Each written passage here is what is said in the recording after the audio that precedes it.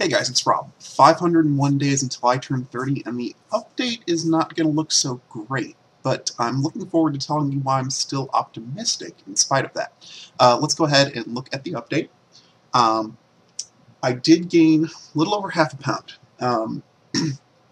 and I can absolutely articulate exactly what I ate that I shouldn't have eaten, and in the quantity I should not have eaten it, that got me there. There was a little dieter behaving badly going on there. I celebrated the launch of a new video game with some chicken wings, and then I grazed a little too much when I visited my parents.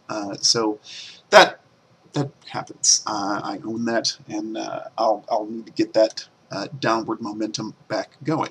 The good news is I've kind of finally thought to actually take my PS Vita or my 3DS with me when I work out and just get on the reclining bike, which makes the whole process a lot more pleasant when I can poke away at a video game while I do my slightly over a half hour of exercising.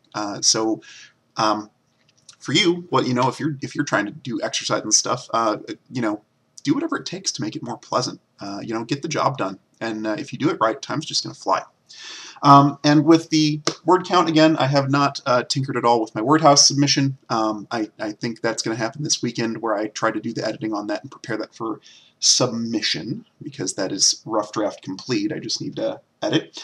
And then I added just over 1,000 words to the short story. But here's the cool part, because even though 1,000 words is not that much, I'm very optimistic about the short story now, because I've reached that critical tipping point where it stops feeling like just putting one word in front of another, and the story begins to spring from my mind as action and reaction. As in, every time I write what happens, the thing that happens after that springs to my mind naturally, which is a cool feeling, and something that, is basically the topic today. That it is very easy when you sit down in front of a blank word processing document, or a blank sheet of paper if you're going to, say, draw a picture, or whatever creative endeavor you're doing, to start, to be intimidated by that whole thing. And even when you first start making the first brush strokes, colored pencil marks, typing the first, couple hundred words, it can feel like you're just slogging. You're just, putting one thing in front of another, and without much meaning. And that can be rough, It's the matter of, and I think this is something I've mentioned on a previous episode, the idea that when you've got that blank in front of you, that blank whatever it is, there's infinite potential. You could pick anything to write next. You have no, there's no guiding star, so to speak, to keep you moving. Whereas once you get, a certain, like, let's say you've sketched out, the kind of, if you're drawing a character, the anatomy skeleton, as it were, to get your pose or whatever, or once you've gotten those first few hundred words down to kind of establish your conflict in that stuff, suddenly you've got the guiding star. Ooh, that's a good name for the title of this episode. If that's not the title of this episode, I've come up with something amazing and better. But the idea that once you set down a past, a history of a few hundred words, or the skeleton, or the first few notes of a composition, so on and so forth, that now the further parts can spring naturally from what came before.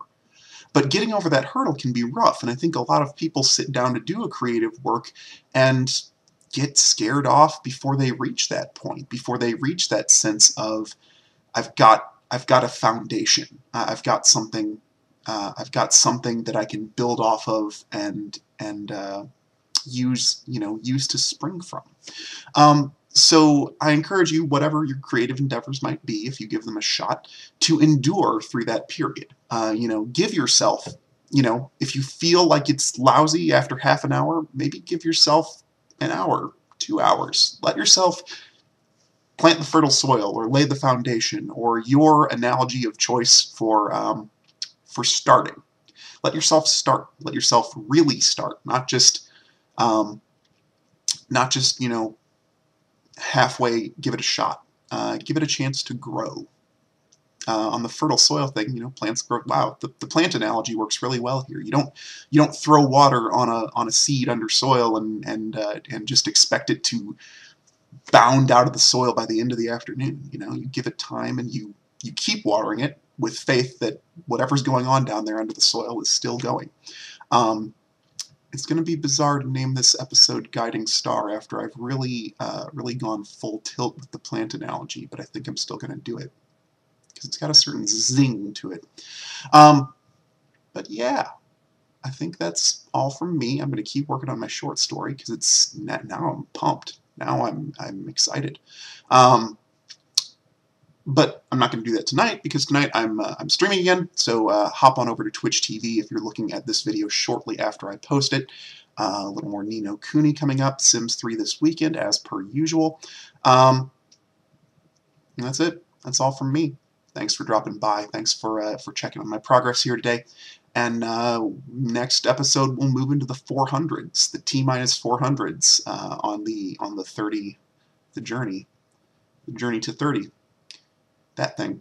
But have a great weekend. I'll see you guys next time.